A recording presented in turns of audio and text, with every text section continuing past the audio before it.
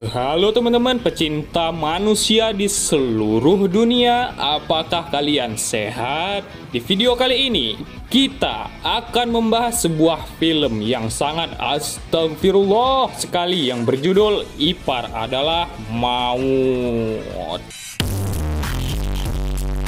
Seperti judulnya, film ini akan menceritakan tentang perselingkuhan antara seorang suami dengan adik iparnya sendiri. Baiklah, supaya tak mengganggu kenikmatan bercerita, langsung saja kita masuk ke alur ceritanya.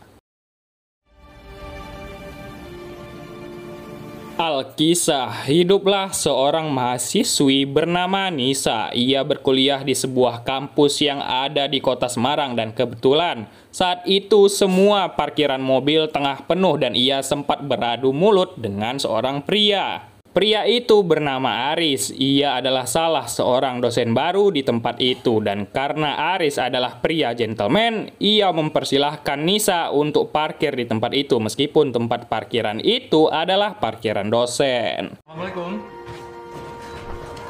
Kebetulan Aris adalah dosen pengganti yang masuk ke kelasnya Nisa juga. Ia menggantikan dosen bernama Pak Junaidi. Nisa tentunya menjadi canggung saat berada di kelas dan Nisa juga memiliki sahabat yang duduk di sampingnya yang bernama Manda. Sehabis kelas, Nisa langsung minta maaf soal di parkiran tadi, namun Aris tak mempersalahkannya.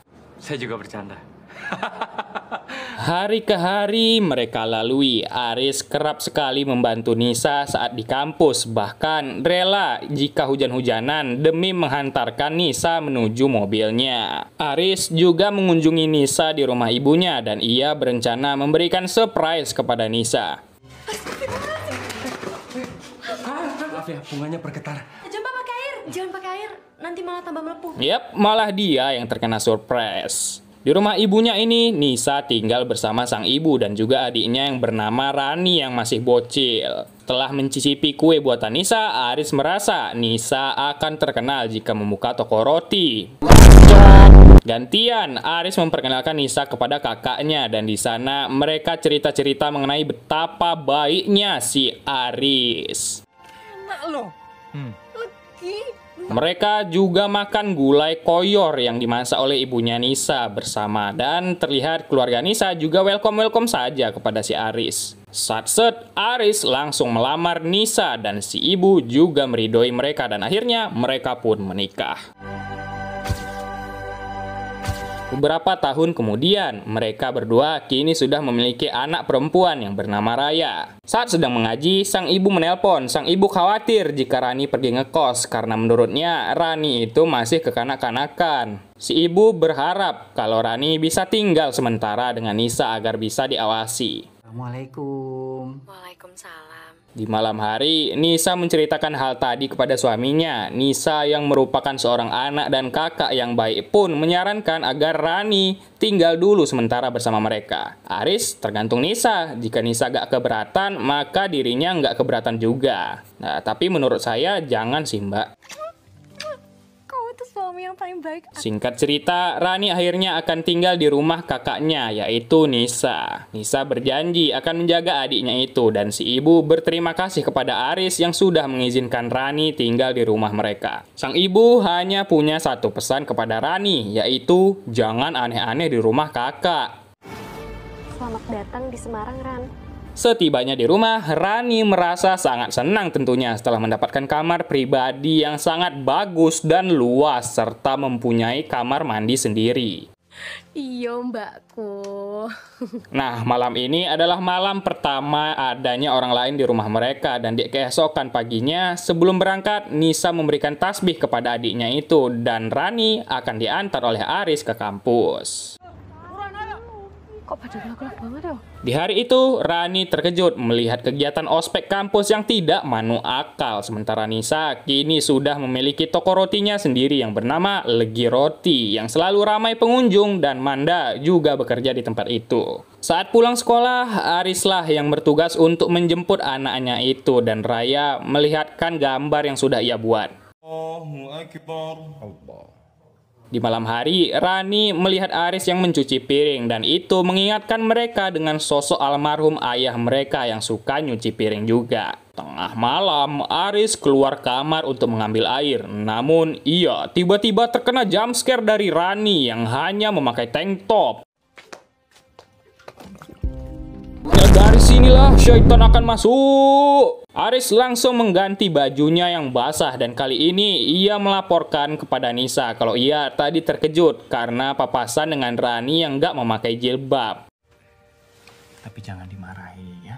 Nisa langsung menceramahi adiknya itu dan menyuruh untuk memakai hijab saat keluar kamar. Aris mengajar pelajaran sosiologi keluarga dan ia terkagum mendengar jawaban dari Rani. Bahkan teman-teman Rani juga sangat menyukai Aris karena ia ganteng dan pinter. Inilah dia sosok Pak Junaidi yang suka memberikan tebak-tebakan dengan teman-teman dosennya. Halo adik-adik manis.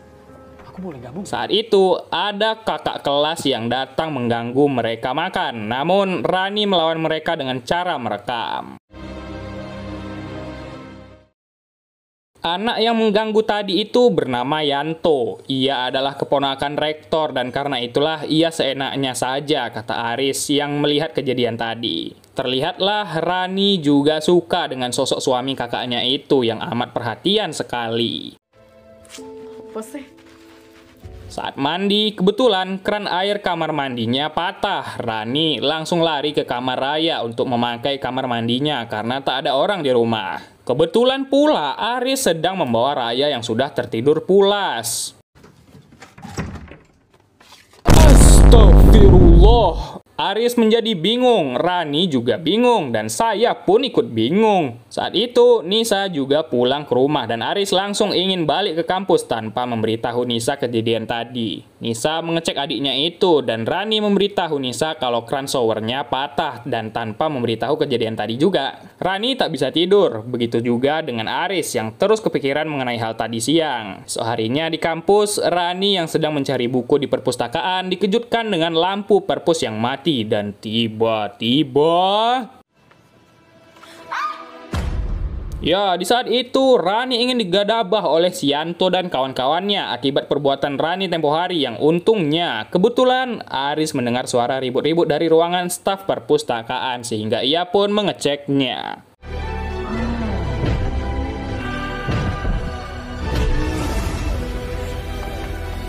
Rani menjadi syok dan langsung lari menuju parkiran dan Aris juga mengejar untuk menenangkannya. Dalam mobil, Aris bingung harus berbuat bagaimana, namun ia mencoba merangkul Nisa yang sedang syok tersebut untuk menenangkannya dan ia berjanji akan menghukum Yanto seberat-beratnya. Mereka malah bersentuhan bibir. Mereka berdua langsung canggung dan bahkan Aris melewati simpang masuk perumahan mereka. Loh, ada apa ini? Kok basah-basah? Sampainya di rumah, Aris langsung menjelaskan kepada Nisa kalau tadi di kampus, Rani hampir saja digadabah, namun untungnya ada dirinya yang menyelamatkan. Nisa pun berkata, untung aja ada kamu mas, kamu emang suami yang baik deh. Yanto si keponakan rektor pun langsung ditangkap oleh polisi karena perbuatannya. Saat di rumah, Bude pembantu pamit pulang saat Aris tengah memperbaiki keran kamar mandinya Rani. Pas kali pula, Rani juga baru pulang dari kampus dan Rani memberitahu kalau Nisa nanti pulang agak terlambat dari rumah sang ibu karena sedang melakukan sesuatu. Keran airnya malah jebol. Rani berinisiatif untuk membantu Aris yang membuat mereka berdua malah basah-basahan. Setelah itu mereka berdua malah terbawa suasana karena Rani kepleset. Lepas bro, lepas.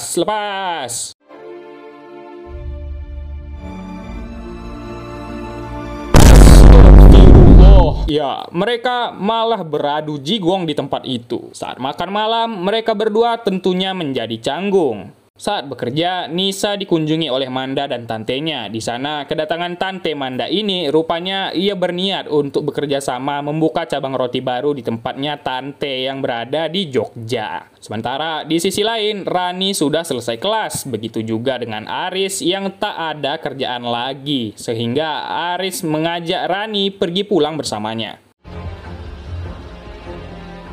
Bukannya pulang, Aris malah membawa mereka ke sebuah hotel. Rani tentunya bingung, namun Aris bertanya, ya kalau kamu nggak mau, kita pulang saja. Aku mau, Mas. Rani malah mau. Langsung Aris check-in kamar hotel dan menyuruh Rani pergi duluan ke kamar. Aris naik lift menuju lantai 8. Di dalam lift, ia bertemu dengan banyak sekali orang. Di antaranya ada Pak Haji dengan 2 istrinya, Pak Manot Punjabi si produser film ini, dan bahkan orang random. Sabar, Mas. Aris terlihat sangat buru-buru dan setelah sampai di lantai 8, ia langsung disambut oleh Rani di pintu kamar.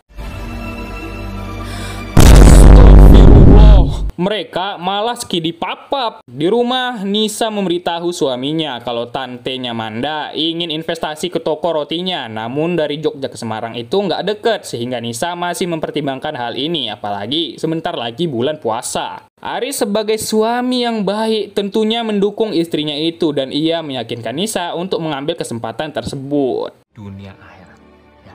Berdosa kamu Aris, berdosa. Nisa langsung pergi keesokan harinya menuju Jogja. Di malam hari saat Raya tengah tertidur, Rani sudah menunggu di pintu kamar. Begitu terus setiap hari, Aris dan Rani berakting seperti tak terjadi apa-apa di antara mereka. Saat sedang sahur, Aris langsung nyosor si Rani dan mereka langsung skidi papap lagi di atas meja dapur.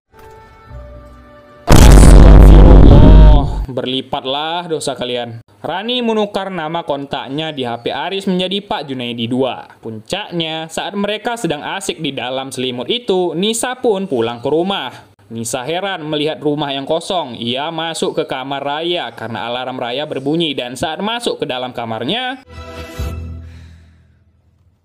Rani bersembunyi di bawah ranjang. Ia berhasil kabur saat Nisa tengah ganti baju. Saat ingin tidur, Nisa menyadari perubahan pada bantalnya yang kurang empuk. Di malam lebaran, mereka semua lebaran ke kampung sang ibu. Saat kumpul keluarga, sang ibu melihat Rani yang sedang memperhatikan Aris sambil senyum-senyum. Sebelum pergi, si ibu kembali memperingati Rani, jangan aneh-aneh di rumah kakakmu.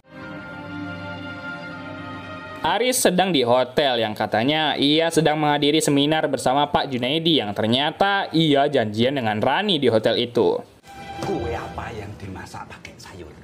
Ya, Pak Junaidi malah berkunjung di toko roti Nisa. Ia bilang ia keluar seminar duluan karena gak enak badan. Pak Junaidi langsung mesen kue sage kepada Nisa. Pak Junaidi katanya ingin memberitahu sebuah rahasia kepada Nisa. Kue sedeng. Di rumah, Nisa memberitahu kalau tadi Pak Junaidi mampir ke Legi Roti yang membuat Aris terkejut. Aris langsung banyak bacot supaya istrinya itu percaya.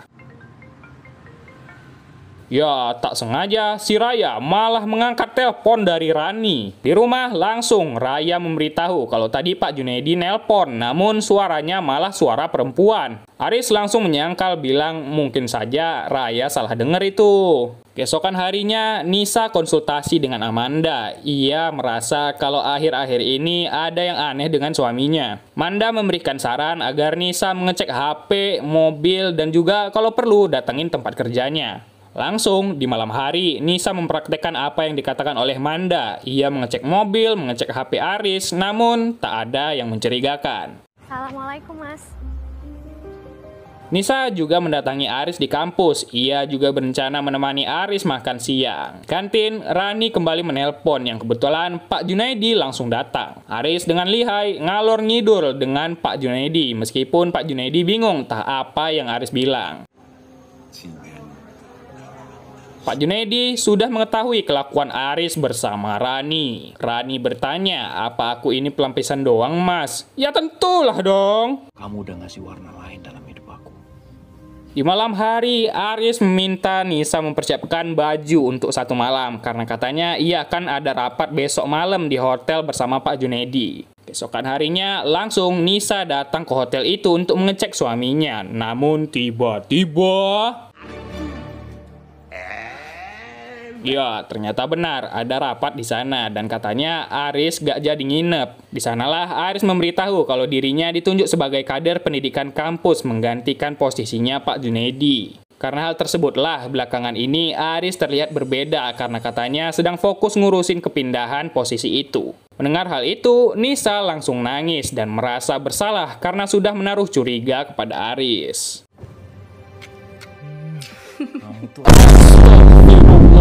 Ternyata hal tadi hanyalah akal-akalan Rani dan juga Aris agar Nisa tak curiga lagi. Di malam harinya, Nisa menangis di hadapan Rani karena curiga Aris tengah selingkuh. Panik Aris yang disuruh Rani, ia mencoba membujuk Pak Junaidi memindahkan rapat ke hotel.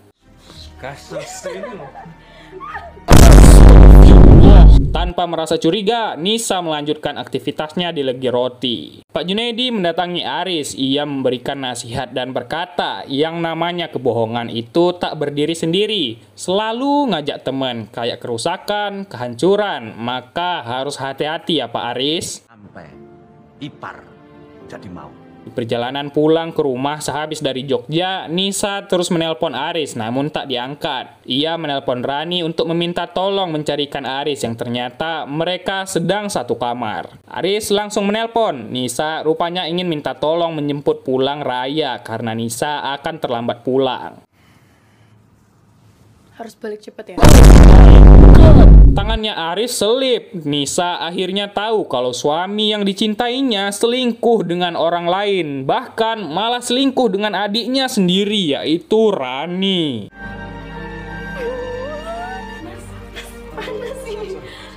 Nisa hanya bisa menangis mengetahui hal tersebut. Sampainya di rumah, si kampret Aris langsung disambut oleh Nisa yang sudah menangis. Nisa tak menyangka suaminya tega selingkuh. Ia memutar rekaman suara Aris bersama Rani yang sedang in the hoy di hotel kemarin dan akhirnya terjadilah kemarahan dahsyat dari Nisa kepada suaminya. Perempuan yang saudara sama aku. Enggak serius, itu cuma bercanda, Nis. Kamu selingkuhi aku. Kamu tidur sama adik aku. Sekarang sakit kamu. Di sini. Nis, enggak. Gimana? Nisa yang marah bercampur sedih langsung menghancurkan semua rumah tempat di mana Aris dan Rani melakukan kegiatan tak senonoh itu. Udah. Kamu udah hancurin rumah kita. Hal itu diperkuat saat Nisa mendapatkan gelang Rani yang ia berikan saat Rani pertama kali di rumah ini di kamarnya. Rani tak sudi lagi punya suami kayak si Aris dan sudah terlambat buatmu Aris. Nisa tak ingin kembali ke rumah tempat suaminya berbuat zina itu. Nisa pun kembali ke rumah ibunya di Salatiga. Di rumah ibunya itu, ia malah bertemu dengan Rani yang berakting seperti tidak terjadi apa-apa. Nisa yang emosi dengan adiknya itu langsung marah tentunya kepada Rani yang sudah sekidi papap dengan suaminya. Berapa kali kamu ngelakuin itu? Dia sama Mas Aris. Gak mungkin Mas Aris melakukan ini. Begitu pada sama perasaanku. Jadi, Si ibu juga mengetahui hal tersebut. Sang ibu meminta maaf kepada Nisa karena semua ini adalah salahnya dan terjadilah pertengkaran antara Nisa dan Rani. Segala dan Rani gak bisa apa-apa, iya kan, Bo? Mendengar kedua anaknya kelahi, si ibu langsung terjatuh dan dilarikan ke rumah sakit. Sang ibu mengalami pendarahan di otak kanannya dan langsung segera dioperasi dan efek sampingnya adalah si ibu akan melupakan beberapa hal. Ingatan sang ibu sudah banyak yang hilang. Si ibu kini sudah sadar, namun ia tetap saja mencari Rani dan bertanya apakah Rani betah tinggal di rumah Nisa. Si ibu ingin sekali tinggal berdua dengan mereka, katanya. Ibu pulang ke rumah Nisa yuk. Karena ibunya, tentunya Nisa hanya bisa pasrah kembali ke rumah ini untuk menjaga ibunya. Si ibu kembali membuat Nisa jengkel karena hanya mengetahui kalau Rani itu anaknya manja, makanya harus dijaga. Aris tak bisa melakukan apa-apa. Nisa tak sudi lagi punya suami kayak si Aris jabingan ini. Toko Nisa terus saja rame dikunjungi pembeli. Di sana Nisa berpikir, mengapalah Mas Aris tega selingkuh? Apa karena Nisa sangat sibuk dengan Legi Roti? Namun Manda bilang gak ada hubungannya dengan itu, karena Arisnya aja yang kayak Dah terlambat dah Haris. Makanya kau jangan sange. Di malam hari, Nisa rela tidur di bawah kaki ibunya bersampingan pula dengan adiknya yang seorang pelakor. Maafin Rani ya, Mbak. Sorry, gak bisa ya jabingan. Aris menjemput Raya di sekolah. Di sana Raya bercerita kalau ibunya sekarang sering sekali menangis. Arisnya pun nangis, namun ia berusaha tegar agar anaknya tertawa. Aris pun berjanji akan membawa Raya dan ibunya jalan-jalan ke pantai. Saat membaca surat Yasin, Nisa mendengar suara adiknya yang sedang muntah-muntah. Ia dan Aris pun langsung mengeceknya dan ternyata... Kamu hamil? Makanya lah Aris Pau. Mengetahui hal itu, Nisa semakin menjadi emosi dan Aris juga tak tahu apa yang harus ia lakukan. Gimana aku mau maafin kamu? Minta maaf, Rani salah. Rani. Si ibu yang mendengar mereka kelahi pun akhirnya meninggal dunia pada saat itu juga.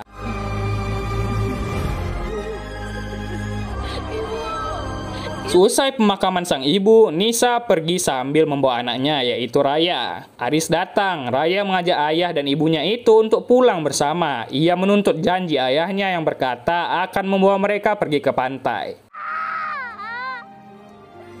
Pada akhirnya, Aris pun kena pecat dari kampus. Pak Junaidi mengucapkan perpisahan kepada Aris. Siapa yang cuek? Aris mendatangi majelis taklim. Ia mendengar ceramah dari Ustadz mengenai sabda Nabi Muhammad yang mengatakan ipar adalah maut. Janganlah kamu serumah dengan adik iparmu karena statusnya bukanlah muhrim dan itu bisa menimbulkan sesuatu yang dapat mengajak syaitan untuk ikut masuk. Jogja, Nisa berhasil membuka cabang baru dari Legi Rotinya. Ternyata ini adalah cabang kelima dari Legi Roti yang ternyata Legi Roti sudah menjelma menjadi kafe yang viral di kalangan anak muda. Tantenya Manda memberikan majalah yang berisi kesuksesan Nisa merintis Legi Cafe. Di luar terlihat Rani yang tak jadi pergi ke kafe itu. Jadi pesan moral dari film ini adalah janganlah kalian membawa adik kalian tinggal di dalam rumah kalian, apalagi jika kalian sudah berkeluarga, karena hal tersebut dapat menjadi undangan bagi syaitan untuk merusak rumah tangga kalian akibat terjadinya perselingkuhan. Dan film pun berakhir. Ya, bagaimana filmnya teman-teman? Sangat-sangat keren dan sangat-sangat membuat emosi, bukan? Itu Aris sama Rani itu udah mendapatkan dosa double-double itu, guys. Udahlah selingkuhnya sama adik ipar sendiri, ngelakuin hal tersebut di bulan Ramadan. Astagfirullah. Ya, mungkin sekian dulu lah untuk alur cerita film kita pada kali ini. Jika ada saran dan masukan, teman-teman silahkan boleh ditulis di kolom komentar. Dan juga bagi yang baru bergabung di channel ini, silahkan kalian subscribe, di like videonya, dan di komen. Terserah kalian komen apa aja ya. Baiklah, saya Mario pamit undur diri dan adios.